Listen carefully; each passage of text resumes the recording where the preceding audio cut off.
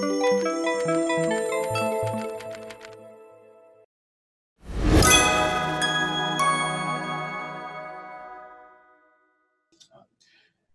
everybody. Adam Parks here with another episode of Receivables Roundtable. Today, I have another one of my friends from the industry participating today, Mr. Patrick Lausen from Convergence Receivables in Cedar Rapids, Iowa. How you doing today, Patrick? I'm doing good. So Patrick and I have been working together now. As long as we've been in the industry, he actually worked for the company that I made my second debt sale to back in 2006 when I was still brokering for CreditMax. Way back in the day, and we've been friends ever since. Really kind of came up in the industry together. So now that he has is an owner over at Convergence Receivables, why don't you give us your 30-second elevator pitch? What is Convergence and what do you do? Sure. So Convergence Acquisitions is a debt purchaser. We actually are a secondary form of Convergence Receivables, right? We purchased the company Receivables in 2016. Tony Coons and myself, but we are a debt purchaser. We service nationally, primarily buying, DDA accounts, things like that. But yeah, we're a debt purchaser and a servicer. RMA certified debt buyer, which, throw that in there. Spent the time to do that, and we find a lot of value in that. And honestly, what we're talking about here, that process probably made us a little bit more prepared. Okay. So I can tell from the backgrounds that you've chosen today of the upturned tree that obviously you guys have been going through some things in Cedar Rapids. What can you tell us about what's been going on in Cedar Rapids recently? Sure. So August 10th, we were hit with a derecho, which is a weather event that apparently happens more often than we were aware of. So we have the propensity for it to happen annually in the Midwest. This is something that for a lot of people that live in Iowa and the Midwest, kind of just learned this first time, right? So this is not a new event. It's something that happens. It's something that's known about, but it happened to us at a larger magnitude than what they typically occur at. So usually, they come with 70-mile-an-hour winds. Cedar Rapids was hit with 140-mile-an-hour winds, which is equivalent to a Category 4 hurricane. But we didn't receive the same amount of notice that you would if you're going to be hit with a hurricane. So the tornado sirens that we have here as a warning for tornadoes or other weather events, they sounded about 30 minutes before we were hit with the derecho. So there wasn't a whole lot of time to prepare. And then honestly, you don't really even know what you're going to be hit with because we had no previous knowledge of what this could do. So even while it was happening, we didn't really fully understand the magnitude of what we were being hit with. So we were in the office. It happened around noon. So we were in the office and we watched it through the windows in our office. And we have a pretty large building next to us. And so it was almost in a sense guarding us from that wind. Mm-hmm. And so while we were in the office, we had no idea. We knew it was windy, but we didn't really know until we tried to drive home. And encountering that and seeing down trees and down power lines, and you start to kind of fully understand, the magnitude of what you've been hit with, and start to really understand that, the power line is all in the middle of the street for miles. To me, indicates probably we're not going to have power for a long time, right? The most dangerous part of a storm is always the aftermath, right? I mean, we go through usually a 4 or a 5 almost every year for the past couple of years down here in South Florida. And the storm itself, you can generally weather fairly easily. And we have a lot more preparation time, obviously, than 30 minutes. We normally have a week. But it's always that aftermath. That's when all the injuries occur. People walking out, touching power lines or broken trees or whatever the case may be. But that's always the dangerous part. Yeah, Tony, my business partner, he, I was a little bit more fortunate. I was able to get to my house. I had to stop at 3 different tree locations to help neighbors move trees out of the street so I could get to my house. But Tony was in a much worse situation. He had to walk, I think, 2.5 miles around trees and power lines and things like that because it was impassable. And I think that was part of the aftermath of the event was that there was no communications. Mm-hmm. Cell phones didn't work. Obviously internet's not working because power's down. And so we couldn't even communicate to each other via telephone. Mm-hmm. And so it was like being 10 years old. You had to ride your bike to your friend's house to go talk to him. And so I tried to go to his house one night to go talk about, the business, because we can't get together on the phone. And there was no way to get to his house. I had to turn back. Wow. So that is a pretty serious storm. Yeah. So and it was really localized too, right? Like if I remember when we were talking about it as it was happening, or right around the time it was happening, it's only actually happening like within a county or two area. It's not like a statewide event.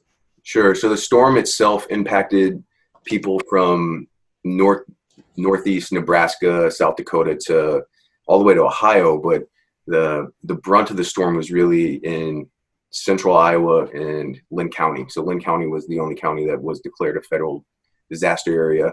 The surrounding counties have not. They're still pushing for that. But so the winds were, really amplified when it got through Cedar Rapids. And if you look at the time lapse, it almost looks like it turned sideways a little bit and ran over Cedar Rapids longer than it did in other parts.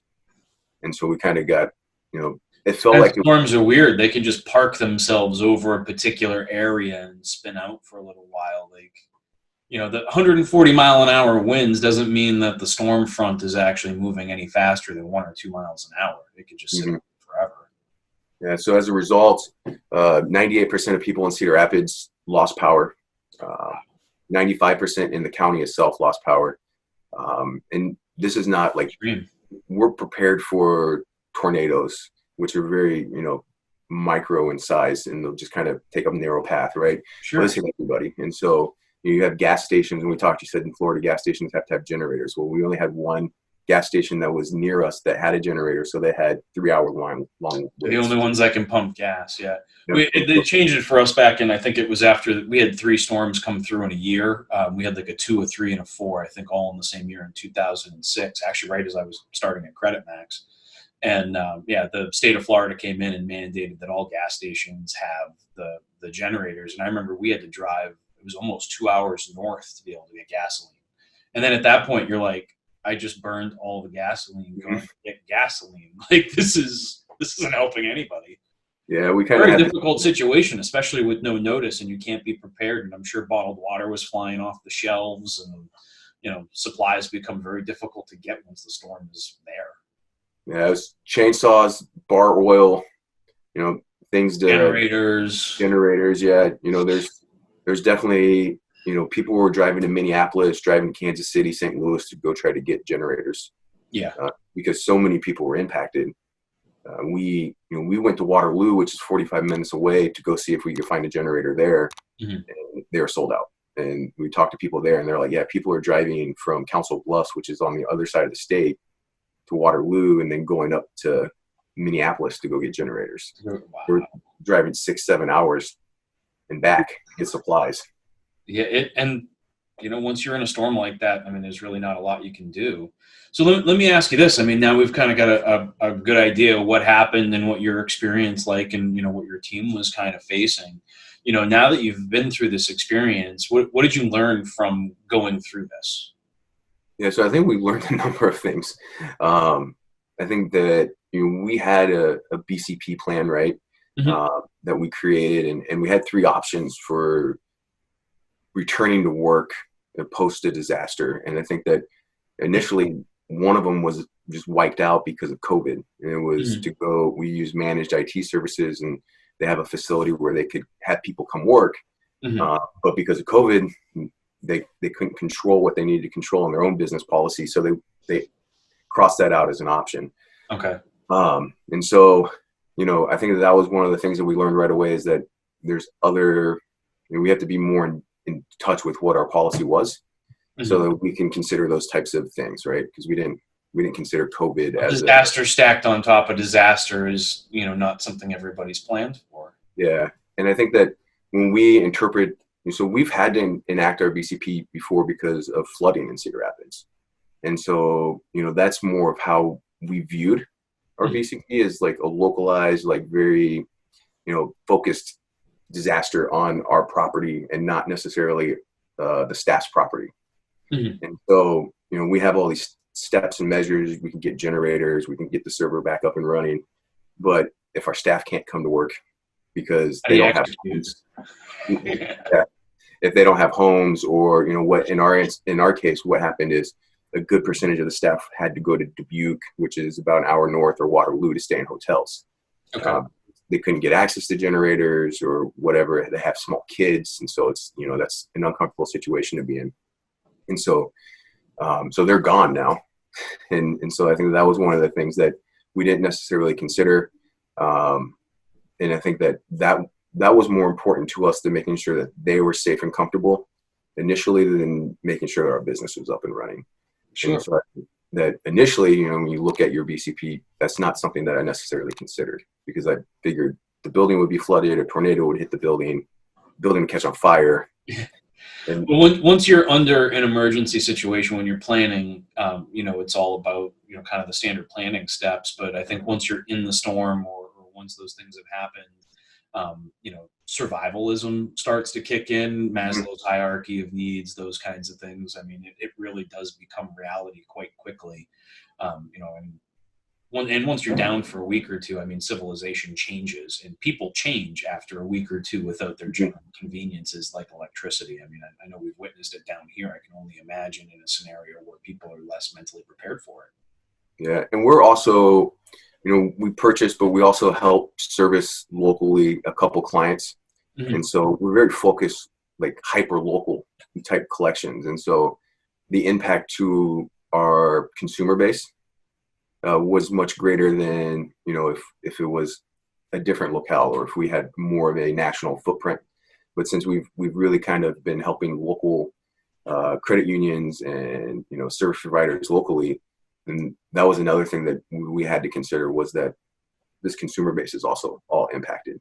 And so, going and putting, doing searches to see, what percentage of our inventory has been impacted by zip code, things like that, and kind of pulling back and putting those more of on a, a soft touch approach internally for a while. So that was another thing that we didn't necessarily consider, was how hyper local we become. I think one thing that we talked to you about was, changing from having physical hardware internally to having a cloud-based server. We have six servers through our different processes for RDP servers and things like that, proxy servers, and 4 of those 6 servers were damaged due to the multiple power surges that we encountered. Yeah. And so that was something that took time, and we're still kind of feeling those residual impacts of having to rebuild those servers, because maybe we didn't do necessarily a good job of logging system critical software that employees needed. And so, like, simple things like, we forget to put a path statement for Python in system variables, so that works, right? And sure.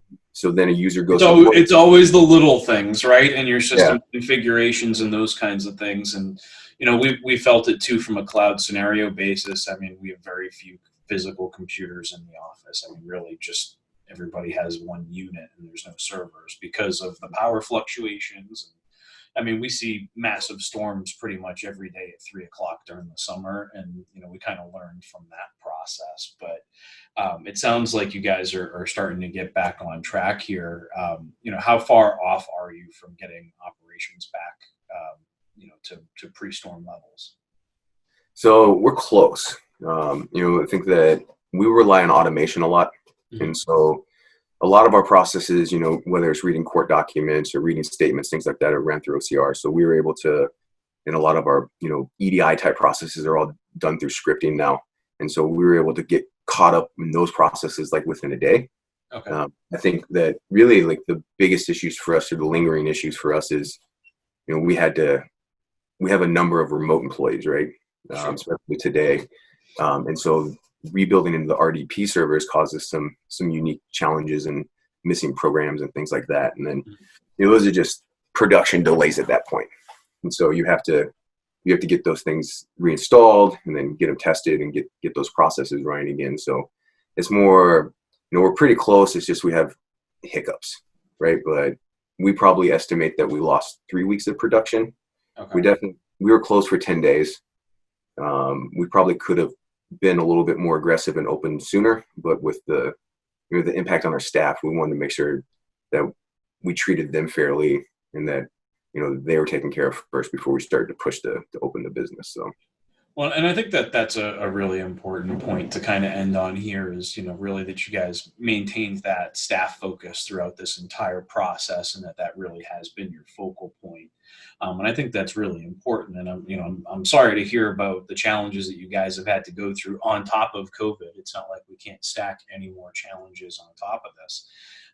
But really glad to see that you guys are pulling through it, that you've identified some things, you've learned some things through the process, and we're obviously over here going to continue to support you guys any way that we possibly can as you continue off into the future.